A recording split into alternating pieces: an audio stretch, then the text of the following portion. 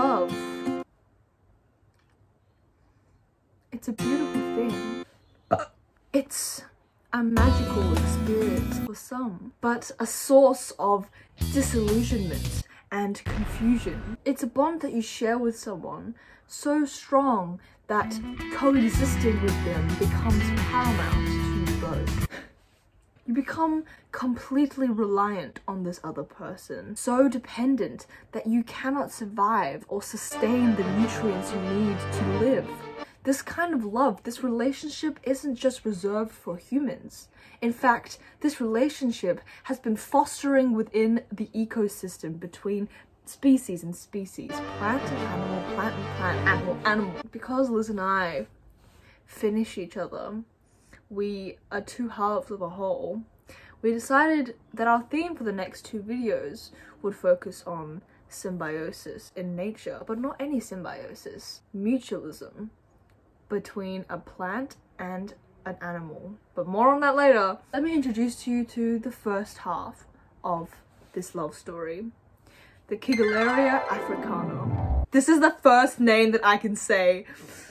So now from a distance, this just looks like your average tree. However, if you take a closer look, you'll see that the Kiggerlaria Africana has beautiful, glossy leaves, orange and yellow flowers, and blooming peaches. The Kiggerlaria grows across south and eastern parts of Africa and occurs naturally in Afro-montane forests as well as the coasts along rivers. In terms of structure, the Kiggerlaria Africana is a low branching tree, and the leaves are quite thick and stiff with a thin coating of fur on the underside. The leaves are a greyish green colour and are nicely complemented with the pale grey trunk and bark of the actual tree. So here's the catch. In terms of fertilization, in terms of reproduction, the tree is known to be okay, you know what? We are gonna do what I should have done videos ago.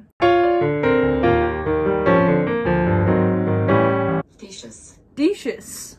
Okay, the tree is known to be dioecious, which means it has separate male and female trees. Remember we talked about this in the red algae video. However, I didn't do a very good job and I'm disappointed in myself. For those of you who are still wrapping your head around plants having male and female species, the dioecious characteristic means that the tree has features of both male and female organisms. The name dioeci, I don't think that's right. Dioeci in Greek means two households. If you think of a tree as having two households that complement each other in reproduction, that's basically what it is. Two households are like the female reproductive organs and the male reproductive organs. So it's not a form of self-fertilization, which many people get confused with.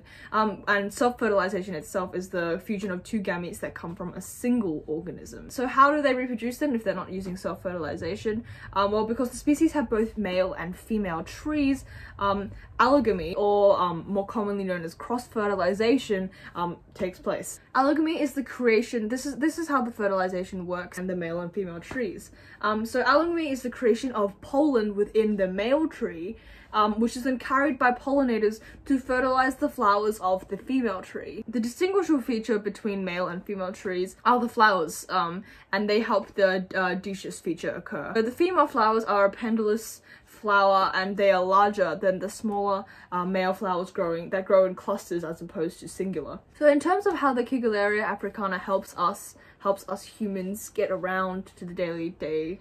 And the Kiggerlaria Africana is known for several agroforestry uses, such as making an excellent natural screen, effective windbreaker, and providing shade. Moreover, growing the Kiggerlaria Africana for agroforestry applications is not damaging to the surrounding area's soil, as the Kiggerlaria Africana grows with a gentle, non-invasive root system. Many species enjoy the tiny red fruits or peaches that grow on the Kiggerlaria Africana, most particularly the Kiggerlaria water butterflies.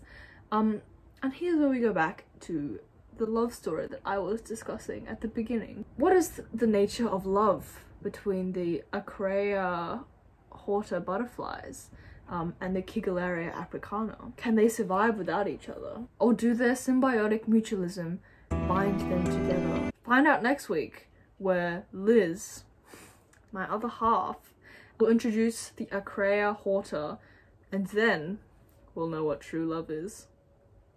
Peace!